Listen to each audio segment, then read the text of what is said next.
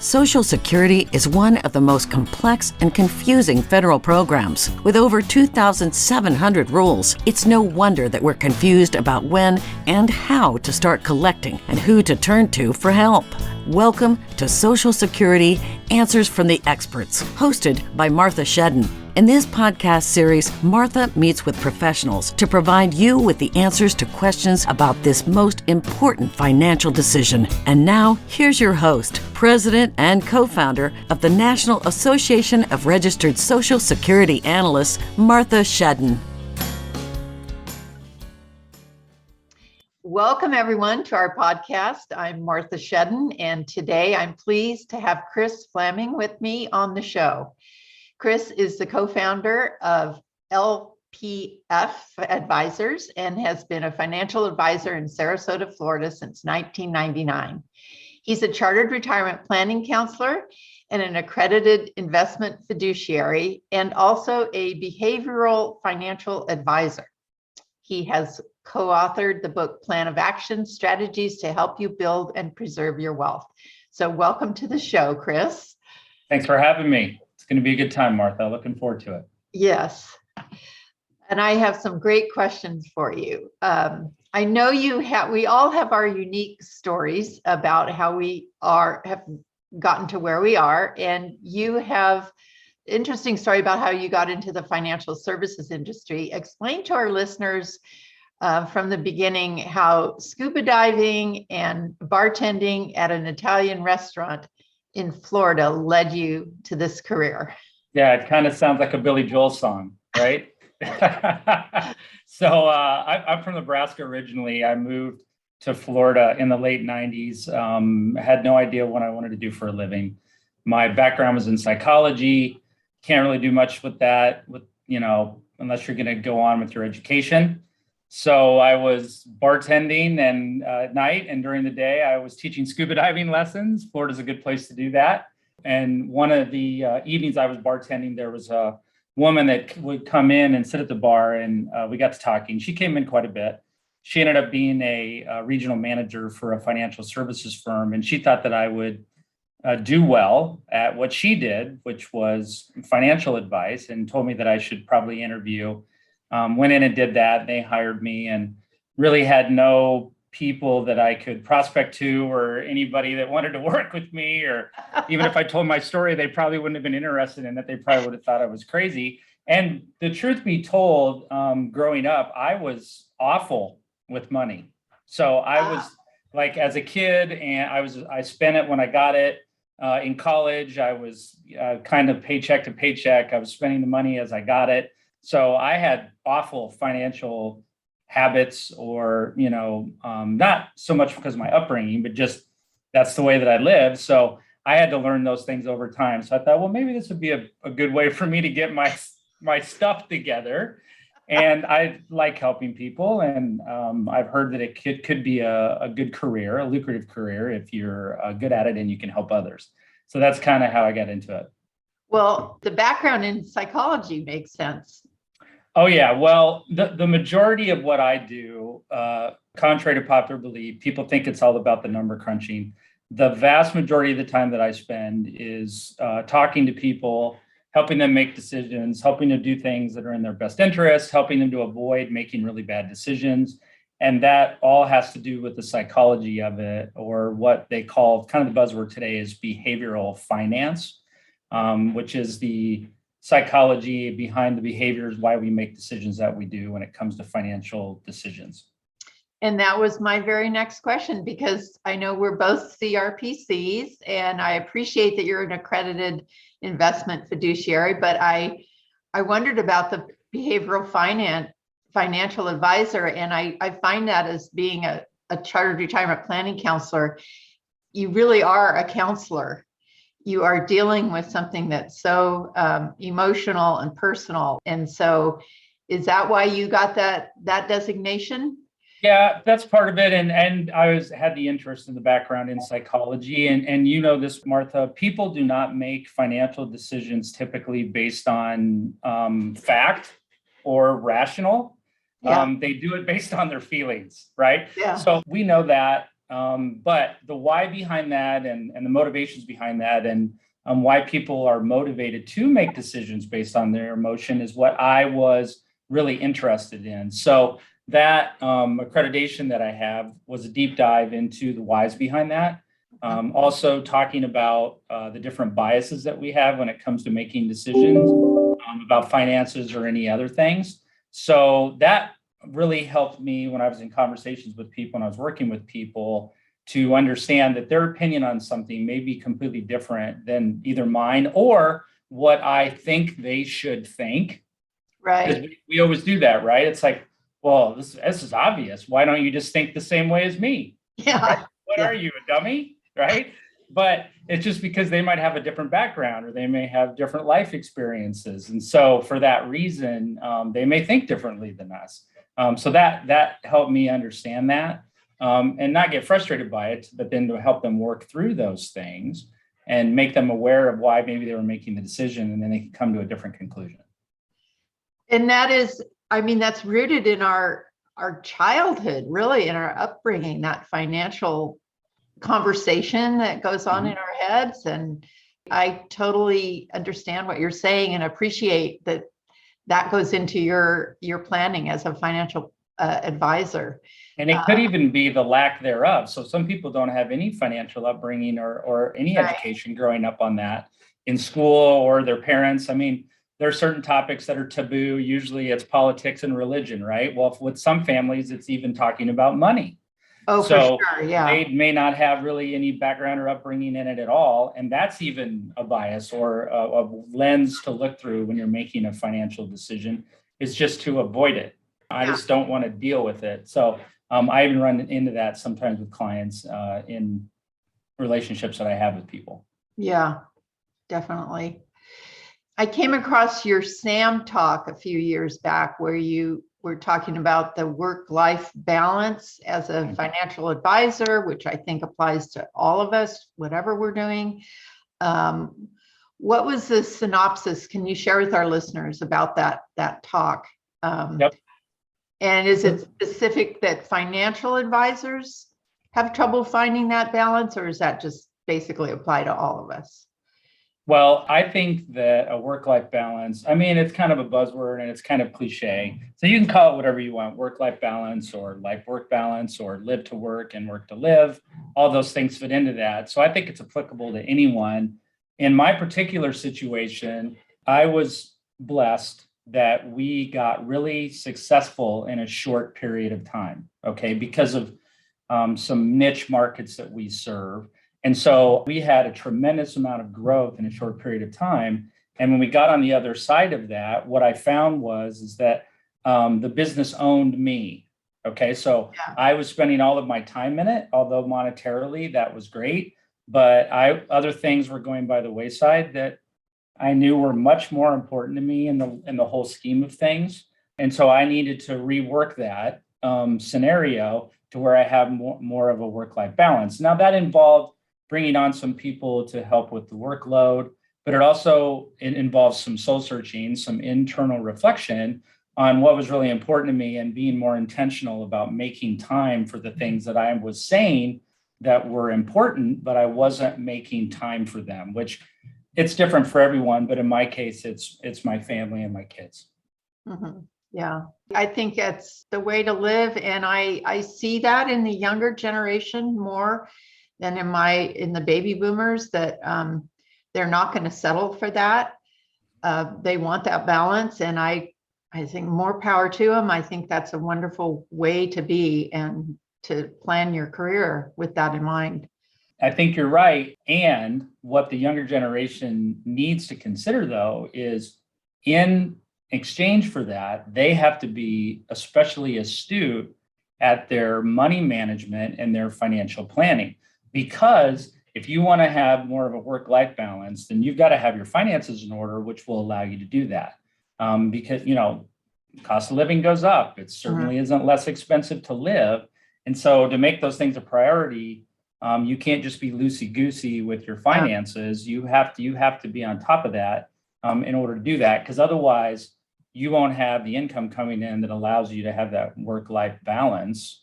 Or if you have that work-life balance, then you might suffer in another area from a financial standpoint. Everything's about trade-offs.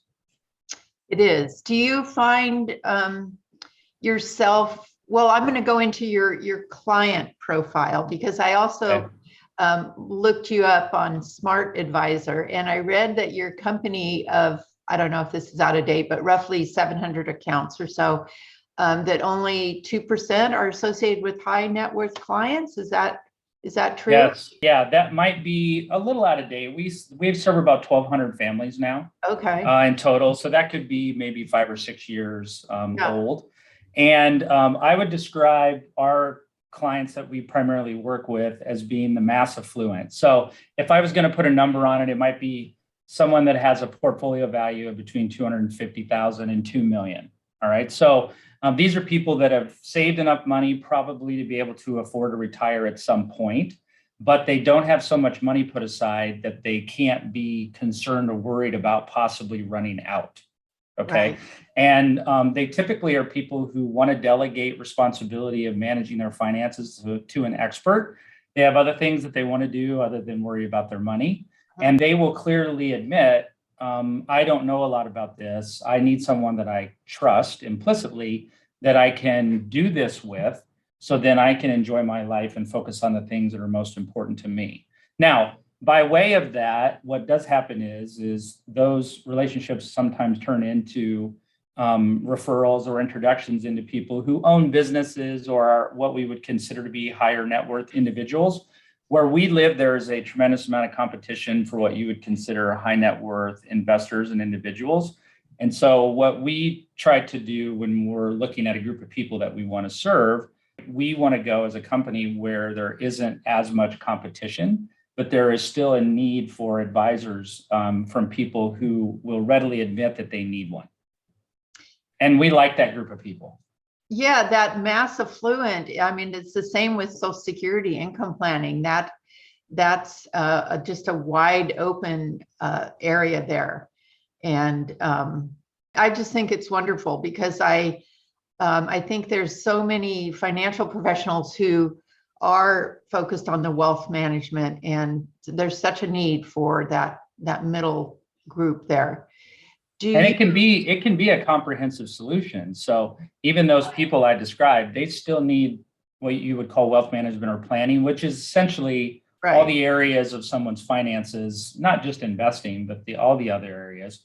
They need guidance on that. They need assistance with that. There may be some blind spots there that they need to take care of, they're not aware of. Mm-hmm. That's all part of what we do with the people, is point those things out and guide them along to get that stuff done. So then they feel like they're in a much better place. Do you find that most of your work is with retirement age, with younger? Mm-hmm. What's that split in your client base? Yep. So the majority of the people are, let's say, 50 and over. So they're in preparation for retirement, either close to it or getting ready to do it pretty soon. That's the majority, partly because those are some of the niches we serve, and also because of the age of the people where we live. Okay. Now, what I've done in the last five years or so, and this is fun for me, is I've also got a service for younger people. You know, a lot of times people think I have to have some money for the advisor to invest in order to work with them. And that doesn't have to be that way. So I have several relationships now with younger people or younger couples or millennials that are doing well and want to make good decisions. And they don't necessarily have money that I could manage or accounts that I could manage. And I don't want to make that a requirement. So we do kind of a consulting arrangement, or I call it like a project, where we agree what we're going to talk about and what I'm going to give them advice on. And then we work together to get those recommendations together. And then we just charge them a flat cost, or like a planning fee or a flat dollar amount for that work. And that includes the meetings, and they can check in with us when they need to.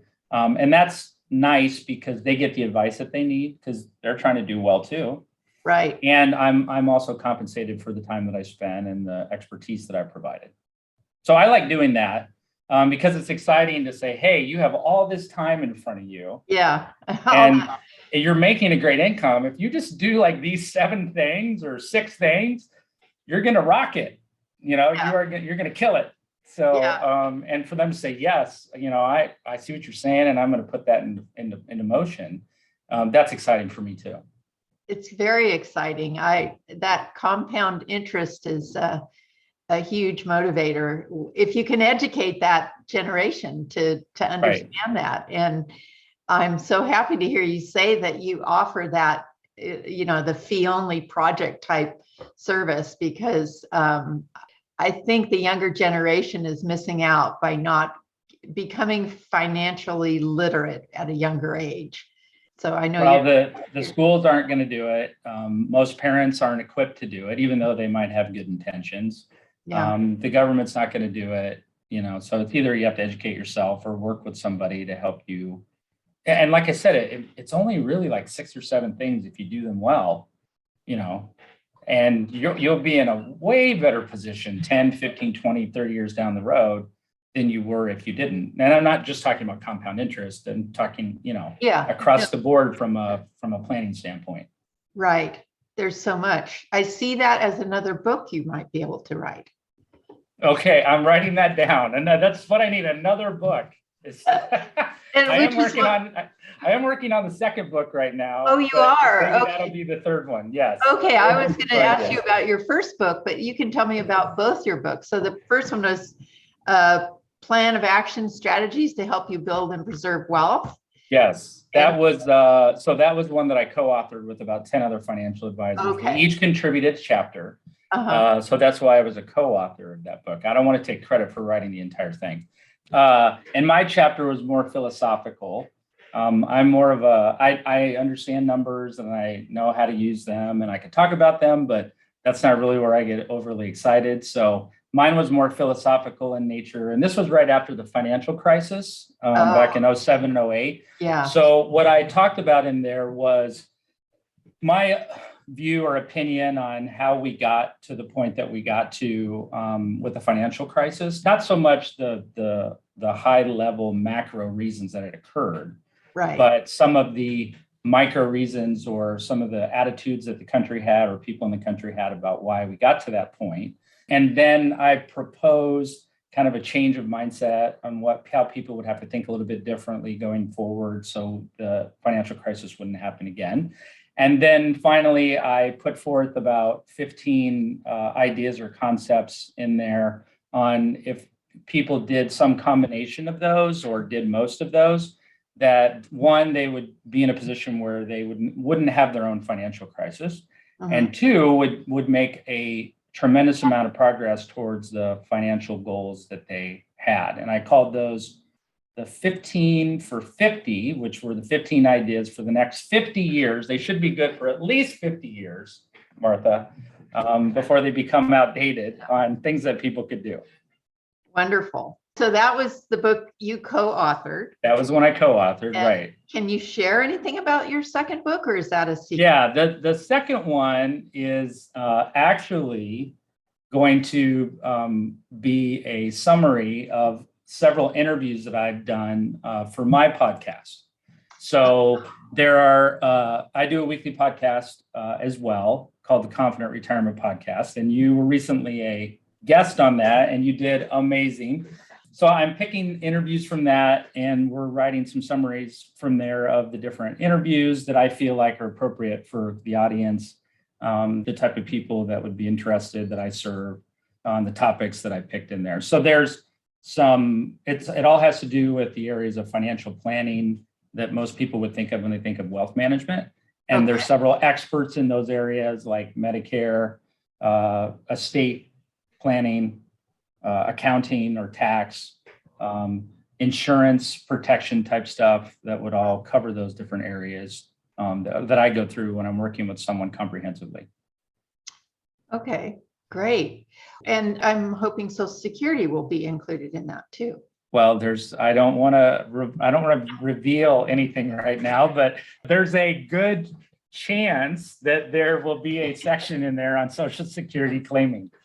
Can you share a story with us about how you helped a soon-to-be retired, because I'm so focused on retirement age, a soon-to-be retiree with their financial life that really changed things for them? Okay, so you're saying like that made a big impact on their particular Right. situation. Were they going Yeah. the wrong direction? What, Yep. how did you help them? Mm-hmm. Yep. So recently I consulted with someone who had retired from a large corporation, and they had a whole bunch of decisions that they had to make. They had a pension from that company they had to make a decision on.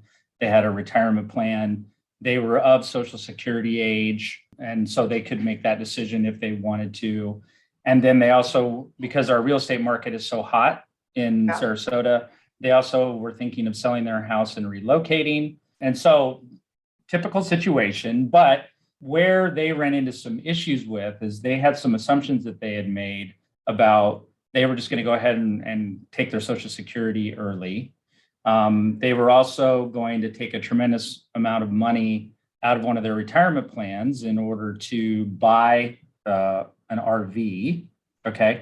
And then also they just assumed that taking the pension as a lump sum was just a decision that they should make because a lot of their friends were doing that. Okay. So not to get too complicated, but essentially we had to walk through all three of those, and I had to explain to those how they all interacted from a tax standpoint and also from the standpoint of, well, you might not be looking at this with a long-term view. You may not understand what the long-term impact of this. So let's go through that. Let's make an informed decision. And so he and his spouse came to different conclusions about how they were going to approach all that. I helped them figure out a different way to buy the RV that wasn't so tax disadvantageous. Also, we changed our mind on the pension, on how we were going to take that. And then we also looked at different claiming strategies with Social Security and having the higher wage earner wait to do it. So then the spouse would have a better survivor benefit at the end. So now, and what they told me after we had kind of gone through everything was, we thought we just had it all figured out. We were just coming in here to bounce our ideas off of you and basically for you to tell us that what we were planning to do was right and we were listening. And they said, well, I appreciate that you had the courage to tell us that we should think about it in a different way and lead us in that direction, because we see now that those had long-term effects, over our life. And that would potentially cost us a lot of money. Did you say the spouses came to different conclusions, or did you say both of them came? Both of them did. Yeah, both of them did. Yeah. Mm-hmm. And that is what I consider that holistic type of retirement planning. One piece can't be done by itself in a vacuum. Yeah. There's such an interaction between all that. And it's really difficult and complicated to get that all together, but it sure pays off if, with minimizing taxes or managing taxes, using those accounts in the right sequence, taking the correct amounts out. It's not as simple as I'm going to use 4% of my assets every year. Yeah. You can almost think of it as it's a complex puzzle. And so, yeah, someone could probably sit down and do the puzzle. They could buy the box, dump it out on the table and, sit down and do it. But if you bought the box and then you invited somebody over that had done the puzzle 10 times, then it would probably go faster and you'd probably get a better result, right? So a lot of what we do is this puzzle thing. A lot of people think, well, yeah, I can put the puzzle together, right? And maybe they like that it takes 10 times longer because they do it themselves, right? There are those people. And they may come to the same conclusion, but if someone else has done it multiple times, they can have it go easier. You probably have a more enjoyable time and you felt like you got to the solution and you had someone else's input. The other thing I always think of is, most people trust their doctor or they end up switching their doctors. And unless you're going to tell them all the symptoms, unless you're going to talk to them about all the different things that has to do with your health, then they can't really come to a good solution on what you should do or what they should prescribe or the treatment protocol or what tests you should get. So when someone's willing to open themselves up and to talk about all those things in their life, then that generally results in a better outcome for them. That's definitely true. Both of those are true. And I love your analogy of a puzzle because I love doing puzzles. And I love solving problems. I have two puzzles right now where I'm stuck on all the other pieces left are one color. Oh, yeah, that's the worst. Right. Yeah. That's- Well, I could have my kids come over. I hate puzzles. I don't like actual puzzles. My wife every year gets one out like at Thanksgiving, and I walk by the table and just roll my eyes. And then they all sit down and do it. Sometimes I'll come in there and put a few pieces, but yes. Yeah. I think you either love puzzles or you don't at all. Right. There's no middle ground. I agree. Yeah. No, but that's an excellent analogy and excellent. Based on your experience, what do you think are the top 2 or 3 most important takeaways for financial professionals that are helping their clients at that time with Social Security and their retirement planning? Okay. This Yeah. is That's a really good question. Financial planners. Yeah. Yeah. That's a really good question. So I think the 3 things that come to mind are you need to start the conversation early. So I will frequently have people in their 50s call me and go, well, I'm not planning on leaving my company or retiring until I'm 65 or 62. I don't know if I should come in now. And what I always tell them is yes, let's do it, because if there's some things that are broken or you're behind or we need to catch up or do some things to get you where you want to go, then we have time on our side to fix it. So we want to start those conversations early. We want to know in advance. So then if we have to change course, we have to course correct, then we have time to do that. The second one is to be aware of bias. Now, I'm not talking about political bias here. What I'm talking about is those biases that we all have when it comes to making decisions or about our finances. A couple of them that come to mind, we have a bias where we only think about the stuff that happened to us or the events that occurred most recently. And so then those things have more of an effect on our decision making because it's fresher in our mind. Okay. Then there's another bias where we seek out, and we all do this, we seek out the information that supports the idea or the decision that we think we want to come to. Okay. So you might do a Google search that says reasons to take Social Security at 62. Right. So all the articles that you read are in support of taking Social Security at 62. Yeah. So the stuff you found supported what you already wanted to do. Okay. So and that's part of my job, is to help people be aware of those biases and to talk through them and talk about the effect they may be having, the impact they may be having on their decision making at that time. Okay. And then the third thing that I think we can do in our industry is we have to have the courage to lead people. And what I mean by that is everyone is afraid, scared. Some people are even lonely, right? They don't want to make bad decisions or they're afraid to make a choice. Right. So as advisors, we have to have the courage to lead people in the direction that will help them live a better life. And even if they disagree maybe with something that we're going to talk about or suggest, if we believe that it is truly in their best interest for them to consider it or to do it, we have to have the courage to lead them in that direction, even if they say no, or I disagree, or I understand what you're saying, but I'm not going to do it. I have had many occasions where clients have said, Kris, you gave me the advice. I didn't follow it exactly. I did some of it, or we differentiated an opinion on some of this. I'm just glad that you had the courage to tell me what you thought I should do. And I appreciate you for that. And that means a lot to me, more so than just telling me what I wanted to hear or going along with what I wanted to do because it was convenient or easy for you to do that. Right. And that goes to that trust issue, I think, as a financial advisor. They know you have their best interests in mind. And don't you think that is a big part of success as in the financial world, is having that trust with your clients? I do. And I think it can even go beyond trust. So if you ask me, Kris, is trust the highest level of, connection that you can have with a client? 2-3 years ago, my answer to that would have been yes. But actually today, my answer is no. I think that trust is just a baseline, meaning that's just expected. So Right. when a client comes in here for the first time and talks to me, that's just an expectation that they have that, hey, if I work with this person, I'm going to trust them. So I think what goes above and beyond that is having the relationship where the person knows that I have their best interest in mind. They trust me as a baseline, but then they get to a point that they know when I make his recommendation that we are going to do it because they know that in the past I have made recommendations to them or suggestions that either worked out well or proved that I had their best interest in mind. Right. And so the level of detail that they might need in order to make a decision, Yeah. or the level of analysis that they might need in order for them to say, yes, I go along with that, reduces.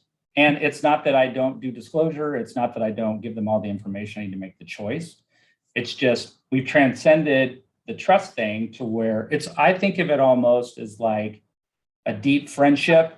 If you're out with a friend and you guys sit down and the waitress comes over, you go to the bathroom and they go, oh, just order me something I like, to your friend, right? And then you come back and they ordered you some beer and you really liked it. And what do you think? You're like, oh, well, they know me, right? Yeah. They know what I like. They know me deeply. And so I didn't care what they ordered. I just trusted that it would be a good decision for me. It's a really personal relationship Mm-hmm. in that financial area. Well, and those are the ones that I'm interested in having. Yeah. Right? Instead of clients just being accounts or numbers, I want to like the people that I meet with. I want to enjoy their company. I want there to be a mutual respect. I want them to feel like that they're getting good advice and that the advice is appreciated. So this, life's too short. Yeah. So you gotta. Too short. Well, we're getting over our time or getting to our time. I just have a couple more questions. What do you think are the most common questions regarding retirement and Social Security that people are not asking you? Okay. Oh, you mean the questions that they should be asking probably? Or, okay. So I think just to real quickly on a high level, I think they don't ask the question about what the impact's going to be for their spouse if they were to wait. So I think that's a really common one. And then the other one that I think that they don't ask is what's the actual benefit of waiting even like 6 months or even like a year or even 2 years from a standpoint of how much it grows over that period of time. They just think, well, I know it's going to be higher, in a year, but it might just be like $20 or $30. Well, probably isn't, and then what impact does that have over your lifetime if you lived your life expectancy? Yeah. Great. Yep. Very, very true.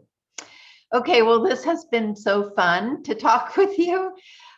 Where can people go? Do you work remotely? I have some young people who would like to talk with you, I'm sure. Okay. Do you work remotely?